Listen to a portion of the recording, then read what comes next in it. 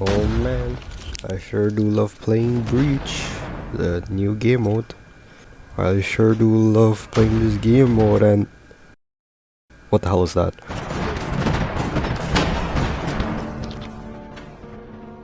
So the Breach game mode has been out for 2 weeks so far. 3 once I release this video, and I'm having a blast playing the mode. It's basically the only game mode I actually play at this point.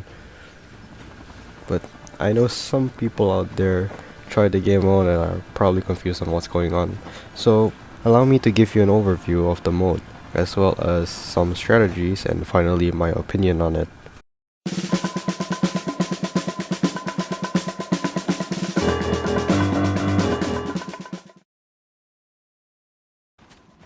Breach is a 16v16 attack defend game mode where two teams either defend or capture an objective laid out on the map.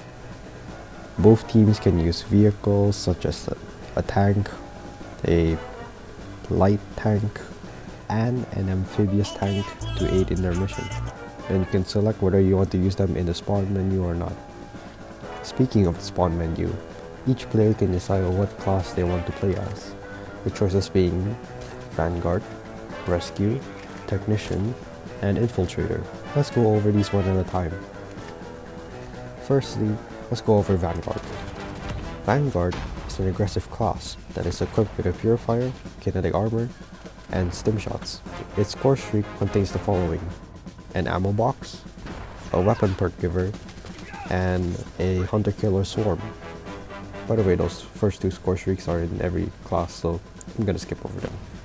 Anyways, let's go on to Rescue. Rescue is essentially the medic class, which can heal and revive teammates faster.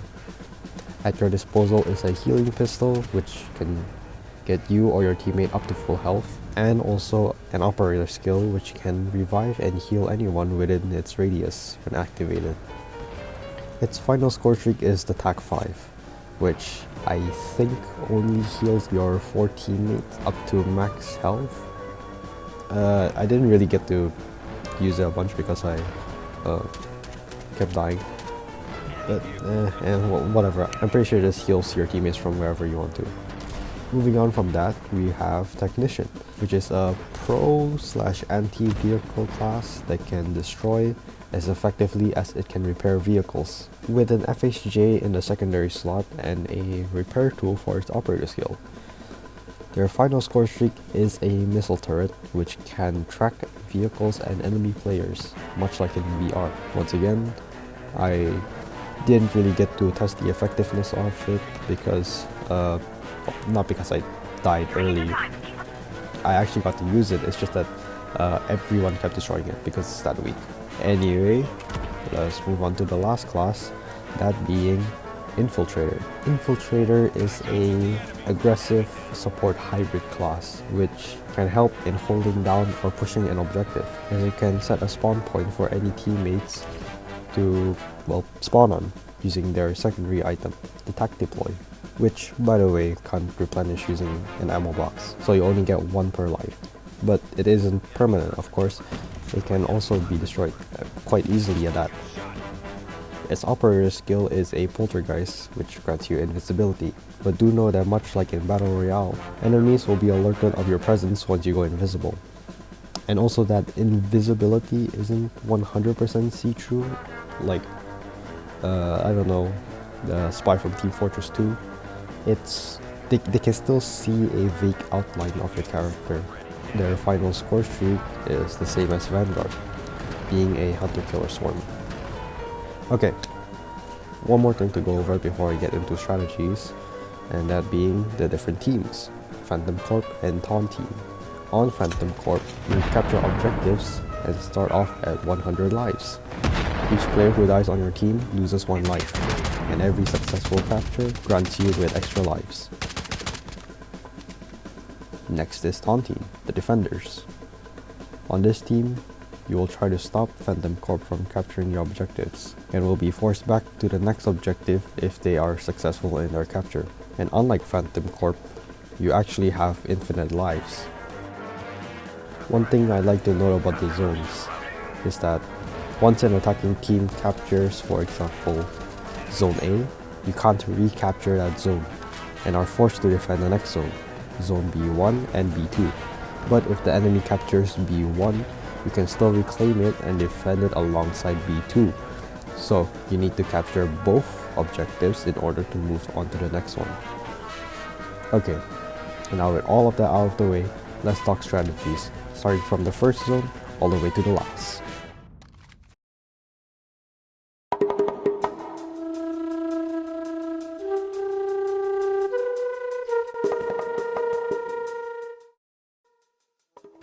Zone A has very simple strategies and counters. For Phantom Corp, you obviously want to push this hill as either Infiltrator for easier respawns or Rescue to save any sniper buddies from dying. You can also push the seaside as Infiltrator or Vanguard in order to flank the defenders and set up a spawn closer to the objective. But if you're not the Patient or Infiltrator type, then you can always take the middle lane, which leads directly into the flag. Every class can rush up and take Zone A easily since Vanguard has a Purifier and Stims, Rescue can easily save teammates and himself during a push, Technician can clear massive areas with his cluster nades, and Infiltrator can set up spawns, which is a thing I'm gonna repeat a lot. You can more or less copy and paste the same thing for taunting the defenders. Right side for sniping, left side for stopping pushes, and middle lane for all classes. But let me focus on the right side for a bit, the sniper lane. I don't know if anybody used this little game knowledge a lot, but you can actually climb the hill. Yeah, and you can just chill there for a bit and kill some guys. But I know what you're saying. It's a shame you can't actually kill the snipers there. Yep. You can actually push up here and kill the snipers. Now, granted, you do have a limited time to do so before you die, but it's insanely funny to just come up in their face and be all like... Zone B is split up into two sections that needs to be captured in order to progress, B1 and B2. As Phantom Corp attacking Zone B, we have multiple ways to approach it. The hill, the water, and just marching straight on. The hill is best for snipers to pick defenders from afar. Good for any class, since you can also use it as a flank route to B2 with all the cover available. The only thing stopping you at that point is a tank, which I'll get into later. The water parts of the map have two routes you can take, either the left or the right, both being flank routes and are viable for all classes, except for technicians for obvious reasons. The left route can take you to the back of B1 and near spawn of B2. And the right route is only for flanking snipers and LMGs on the side. I recommend using medic for this one. Oh, and if you're pushing straight on, just hide in this spot in B1 and this spot on B2. Here if you're pushing with teammates. As taunting, your effectiveness as a defender boils down to whether there's a tank on the enemy team or not. If no, good. However, if there is a tank, please, for the love of God, switch to technician and kill the damn thing, because with just the mere existence of a tank, defending B1 and B2 become impossible because of how insane the sightlines are on this map.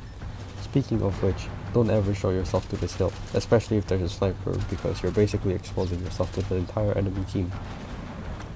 Phantom Corp counters is basically just use medic and hide in the objective, which is boring, but you gotta do what you gotta do. Also, if you're having a hard time defending, you can always pull out a tank yourself, and remember to check if down enemies are getting revived so you can get another kill.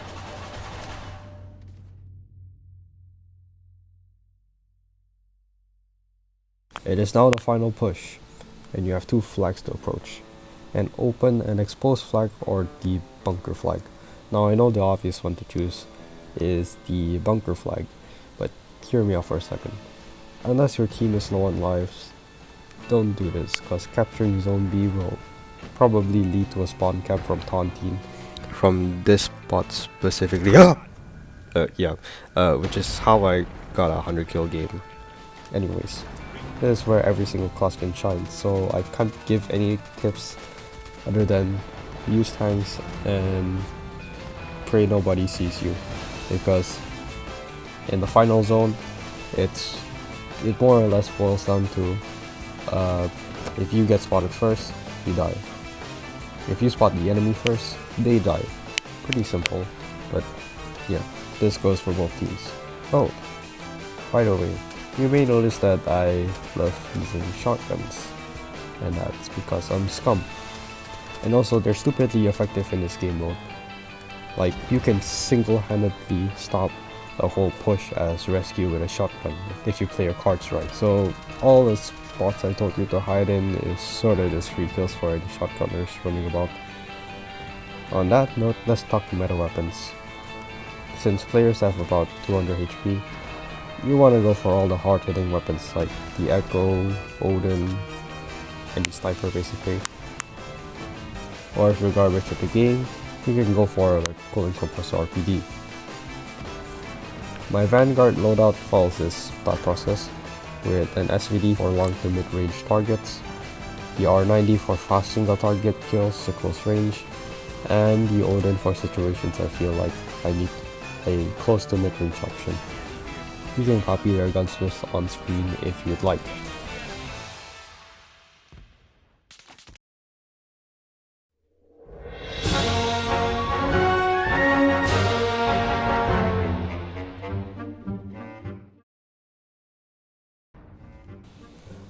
Holy cow, that was a lot of cover. Anyways, we have reached the end, and therefore, give my opinion on the mode as a whole.